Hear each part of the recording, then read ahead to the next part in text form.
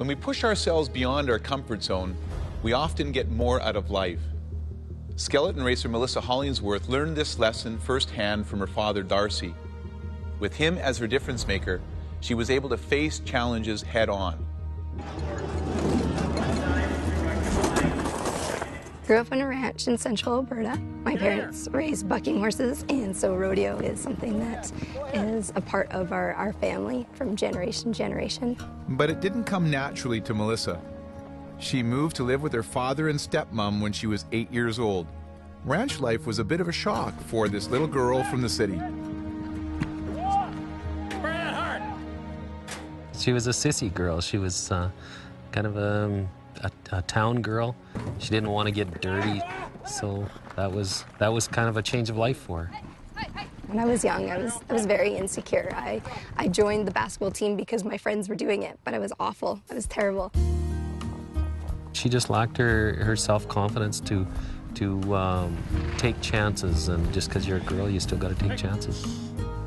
Just lead them through if you want, Melissa. Come on, girls. Come on. In her father's care, Mellisa gradually became confident with ranch life.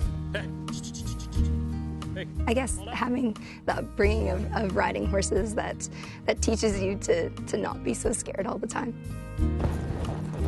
Oh. For the little girl who learned to love the rough and tumble of rodeo, skeleton racing wasn't much of a stretch. Oh. You know, like when you're barrel racing and rodeo, and you take all kinds of chances, and she has to take chances on the line she's taken down the track. Canada's hopes were pinned on Mellisa as she headed to Torino in 2006. No Canadian had ever won an Olympic medal in skeleton.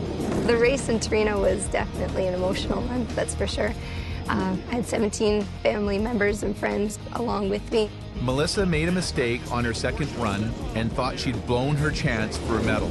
I was devastated. It was quiet, it was silent, it was shocking to myself, to my coaches, to my family, to the crowd. And through all that silence, my dad came running through the stands as close as he could get and yelled out, "You're my hero." She ended up winning the bronze, the first medal ever for Canada in skeleton, but she'd already won her father's heart. Every night before I go to bed, he'd always tell me that I was his hero, and that's something that's still very special to this day. If we can believe in our kids and then get them to believe in themselves, then they'll figure it out. He was the one that brought me from being that insecure, scared little girl to knowing that anything is possible in life, and whether it's being an Olympian or choosing a different career path, it's possible.